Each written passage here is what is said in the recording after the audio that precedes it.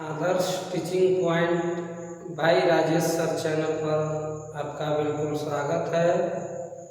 आज मैं इस वीडियो में गुरुत्वाकर्षण बल के नियम में हम लोग कैपिटल जी और स्मॉल जी दोनों के बारे में पिछले वीडियो में पढ़ चुके थे। तो आज हम लोग वही कैपिटल जी और स्मॉल जी दोनों में क्या अंतर है, क्या फर्क है, इस दोनों के अंतर के बारे में इस वीडियो में हम लोग समझेंगे।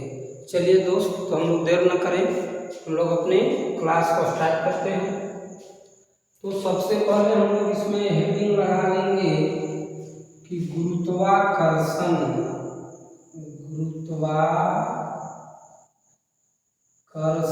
नियतांक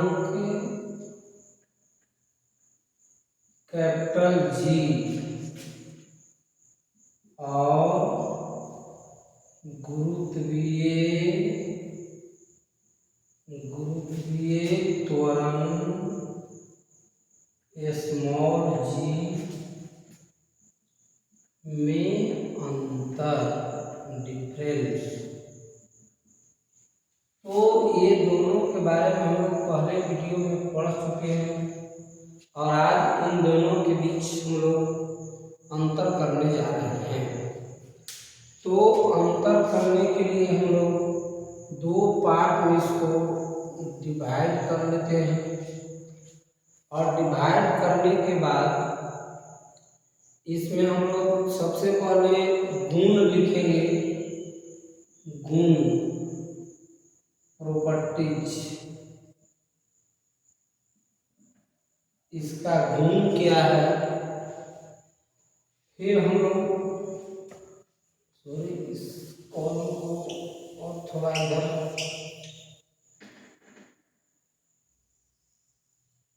उसके बाद हम लोग कैपिटल जी लिखेंगे। कैपिटल जी के मतलब समझ में गुरुत्वाकर्षण नियतांक, इसको हम लोग कैपिटल में लिख देते हैं। उसके बाद स्मॉल जी, इसको स्मॉल लिख देते हैं। तो आप लोग समझ गए होंगे कि तीनों के बारे में हमें ये तीन कॉलम बनाया और तीनों में कैसे कैसे अंतर को समझना है। तो सबसे पहले इसका हम लोग नाम देंगे, नाम बाय नेम। उसके बाद सार्वत्रिक, इसको क्या नाम है, सार्वत्रिक गुरुत्वाकर्षण नियतांक, सार्वत्रिक गुरुत्वाकर्षण नियतांक। और छोटी जी को हम लोग क्या कहते हैं, गुरुत्वीय त्वरण के नाम से जानते हैं। तो ये नामकरण हो गया कि कैपिटल जी के मतलब सार्वत्रिक गुरुत्वाकर्षण नियतांक होता है और स्मॉल जी के मतलब गुरुत्वीय त्वरण होता है। तो चलिए अब नामकरण हम लोग कर लिए। अब हम लोग इसमें मान लिखेंगे कि किसका मान क्या होता है, वैल्यू। तो आप लोग पढ़े होंगे कि जी का मान आप लोग को बताया था पिछले वीडियो में कि 6.67 गुने 10 के पावर -11 होता है और छोटी जी का मान आपको बताए होंगे 9.8 होता है। तो आप लोग को लग रहा होगा मन में ऐसा बात प्रश्न उठ रहे होंगे कि सर यहाँ तो बताए थे कि 6.67 गुने 10 के पावर -11, लेकिन और कुछ लिखे थे लास्ट में, वो आप इसमें छोड़ दिए। इसमें भी लास्ट में कुछ लगाए थे, छोड़ दिए, ऐसा क्यों? तो हाँ, वही चीज को समझना है कि ये मान है, केवल क्या है, मान है। और जो पीछे पूंछ उसको लगाए थे उसी को हम लोग मात्रक कहते हैं दोस्त, मात्रक कहते हैं, मात्रक। तो इसका मात्रक अब यहाँ पे आपको बता रहे हैं कि इसका मात्रक होता है क्या, तो न्यूटन मीटर स्क्वायर प्रति केजी स्क्वायर, और यही इसके साथ लगा हुआ होगा। तो ये मात्रक था। इसमें आपको देखे होंगे कि लास्ट में मीटर प्रति सेकेंड स्क्वायर लगा था, तो ये सब क्या हो गया, मात्रक हो गया। तो ये हम लोग मात्रक के बारे में समझ गए। अब इसकी प्रकृति को हम लोग समझ लेते हैं। प्रकृति, नेचर, इसका प्रकृति क्या है? तो प्रकृति यही इसका कहता है कि इसका प्रकृति अदिश है। अदिश को हम लोग क्या कहते हैं? स्केलर कहते हैं। स्केलर क्वांटिटीज क्या कहते हैं? Scalar quantities. और ये क्या है? सदिश है।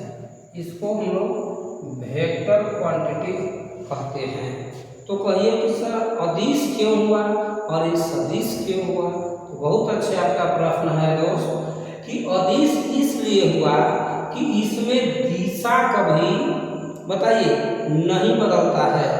दिशा कभी नहीं बदलता है और इसमें दिशा के साथ साथ मान भी बदलता है।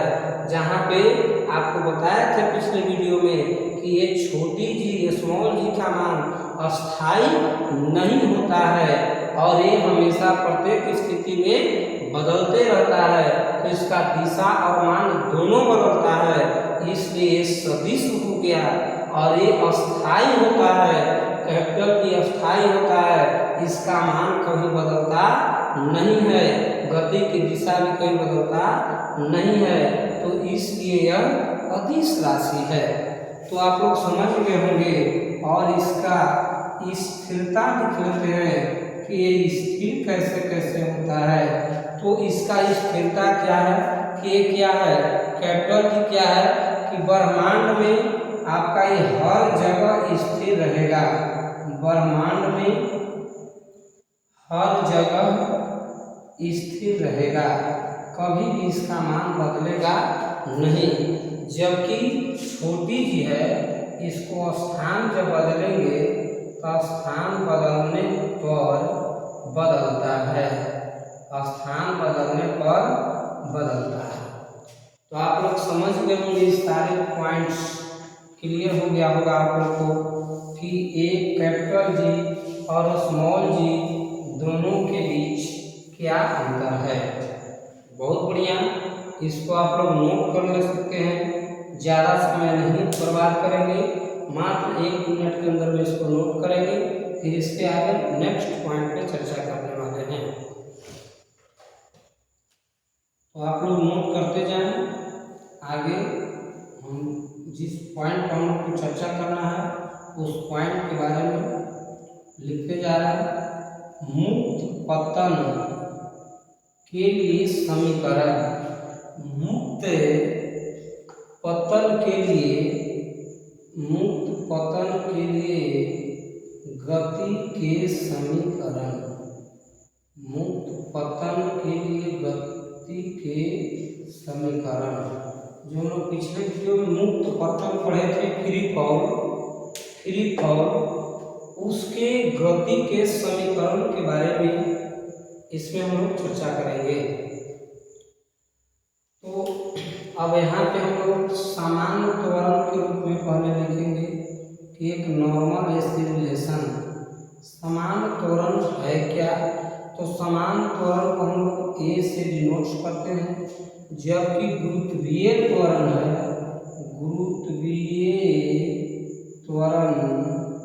गुरुत्वीय त्वरण को स्मॉल जी से डिनोट करते हैं।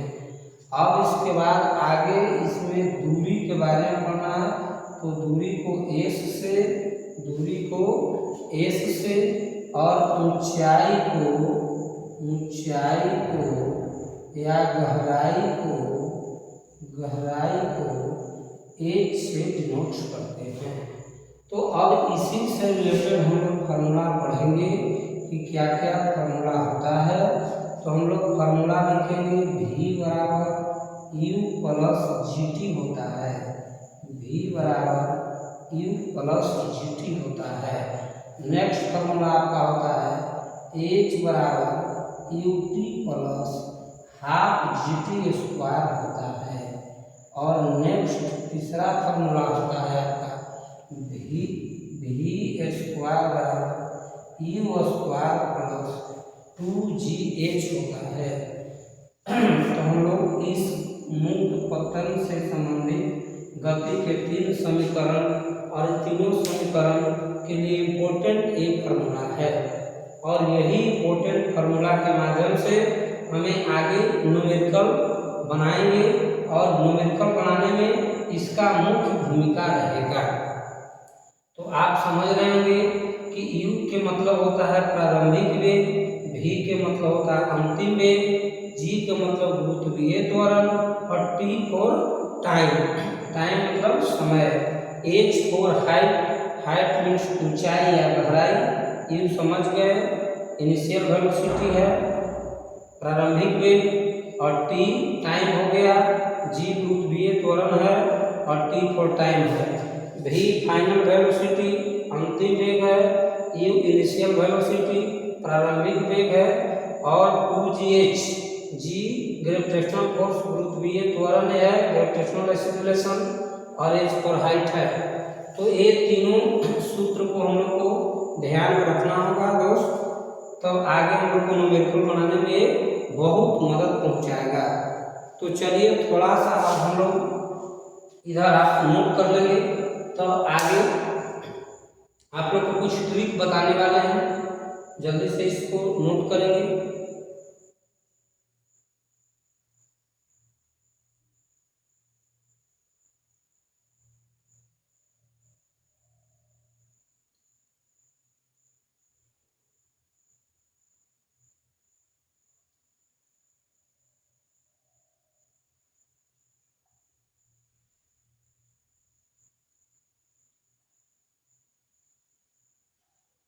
तो चलिए ठीक है, आप लोग नोट कर लिए होंगे, तो ज़्यादा समय नहीं लेंगे क्योंकि वीडियो ज़्यादा लंबा हो जाएगा। तो आगे हम लोग एक टॉपर ट्रिक के बारे में समझते हैं। टॉपर ट्रिक क्या है? चिन्ह परिपाटी। चिन्ह परिपाटी को समझना एक बहुत बड़ा महत्वपूर्ण बात है, क्योंकि चिन्ह परिपाटी को जब हम नहीं समझ पाएंगे, साइन कन्वेंशन, साइन कन्वेंशन चिन्ह परिपाटी से हमें पता चलता है कि कहाँ पे किसका मान पॉजिटिव लें, किसका मान निगेटिव लें। तो ये चिन्ह परिपाटी ही तय करता है कि जब हम न्यूमेरिकल बनाते हैं तो प्रश्न में कहाँ पे निगेटिव लेंगे और कहाँ पे पॉजिटिव लेंगे। तो इस बात को ध्यान देना है कि जब कोई वस्तु नीचे गिरेगा, नीचे गिरते समय, नीचे गिरते समय, और एक पॉइंट होता है आपका ऊपर फेंकते समय। जब गेंद हम ऊपर फेंक रहे हैं तब क्या होगा उन परिस्थिति में। और एक और परिस्थिति है अधिकतम ऊंचाई पर, अधिकतम ऊंचाई पर। यही मेन महत्वपूर्ण 3 पॉइंट को समझ जाते हैं तो आपको न्यूमेरिकल बनाना बिल्कुल आसान हो जाएगा दोस्तों। तो चलिए हम लोग अब ध्यान देंगे कि जब कोई वस्तु ऊपर से नीचे गिरता है, तो बताइए जब ऊपर से नीचे गिरेगा तो G का मान क्या होगा? धनात्मक होगा। G का मान क्या होगा? धनात्मक होगा। धनात्मक मतलब पॉजिटिव। जब नीचे गिरेगा तब, जब ऊपर फेंक रहे हैं तो G का मान बोलिए क्या होगा? ऋणात्मक होगा, यानी निगेटिव। जब ऊपर की ओर कोई वस्तु को हम फेंक रहे हैं, तब कोई वस्तु को ऊपर की ओर फेंक रहे हैं तो G का मान ऋणात्मक, और ऊपर से नीचे की ओर कोई वस्तु गिर रहा है तो वह G का मान क्या लेना है? धनात्मक पॉजिटिव लेना है। और यहाँ पे अधिकतम ऊंचाई पर जब फेंक दिए गेंद को ऐसे, तो अंतिम जहाँ तक ऊपर आकाश में जहाँ तक अंतिम उसका क्षमता था वहाँ तक जाकर रुक जाता है अंत में, और रुक कर फिर वहाँ से फिर गेंद रिटर्निंग लौटने लगता है। आप लोग गेंद वाला खेल खेले होंगे कि जब कि फील्ड में जाते होंगे तो फुटबॉल को मारते होंगे पैर से, तो अंतिम ऊंचाई तक वो हाइट जाता है और जाकर अंतिम जहाँ तक उसका वेग का अंतिम हो जाता है स्थिति, वहाँ से फिर वह गेंद नीचे की ओर गिरने लगता है। या क्रिकेट खेलते समय गेंद को जब बैट से बल्ले से मारते हैं या हाथ से उठाकर ऐसे हम लोग ऐसे भी फेंक कर खेलते हैं दोस्त, तो अंतिम जहाँ स्थिति तक जाता है, जब एकदम लास्ट कर गया कि अब वहाँ से ऊपर न जाके और वहाँ से फिर नीचे की ओर गिरना शुरू हो जाता है, तो जिस अधिकतम बिंदु पर जब गेंद पहुँचा वहाँ पे आपका अधिकतम ऊंचाई होता है और वहाँ पे आपका अधिकतम ऊंचाई पर अंतिम वेग भी बराबर 0 होता है। अंतिम वेग भी बराबर क्या हो जाता है? 0 होता है। तो यही 3 बात को ध्यान देना था दोस्त कि जब कोई वस्तु नीचे की ओर गिरेगा तो g का मान पॉजिटिव में रखना है, कोई वस्तु ऊपर की ओर फेंक रहे हैं तो g का मान निगेटिव रखना है, और जब अधिकतम ऊंचाई पर कहेगा तो वहाँ पर उसका अंतिम वेग फाइनल वेलोसिटी क्या हो जाएगा? 0 हो जाएगा। क्या हो जाएगा? 0 हो जाएगा। तो ठीक है दोस्त, ज़्यादा नहीं, इस वीडियो में इतना ही आप लोग को बताने वाले थे कि ताकि बच्चे आसानी से इतना पचा ले सके। देखिए भोजन तो स्वादिष्ट लगता है, तो इसका मतलब इतना ना खा लो कि वह धुआंधी ढकार देना लगे, डाइजेस्ट सिस्टम गड़बड़ हो जाए। तो वो खाना स्वादिष्ट खाना खाला, जो स्वादिष्ट हम लोग खाना खाए वो सब बेकार हो गया। खाओ उतना ही वह जितना डाइजेस्ट हो जाए, पाचन हो जाए सही से उसका, तब हमारे शरीर में उसका एनर्जी मिलेगा और फायदा करेगा। तो इसीलिए आप लोग को उतना ही हम इस वीडियो में बताना चाहते हैं, ताकि क्योंकि थोड़ा सा ईमान याद करने वाला है, तो ज़्यादा याद करने वाले यदि बच्चों को लेंदी करते हैं वीडियो में तो फिर बच्चे का मन थोड़ा बोर हो जाता है। इसलिए दोस्त आप लोग को इतना ही इस वीडियो में आज पढ़ाऊँगा, और इसके बाद नेक्स्ट वीडियो में आपको द्रव्यमान और भार में अंतर पढ़ाऊँगा। तो आप लोग नेक्स्ट वीडियो के इंतज़ार करेंगे, और नेक्स्ट वीडियो को अपने मोबाइल में यूट्यूब पर आने के लिए आपको इस Adarsh teaching point by Rajesh sir channel को सब्सक्राइब और लाइक के बटन दबाना होगा, तभी आपको नेक्स्ट वीडियो मिल पाएगा।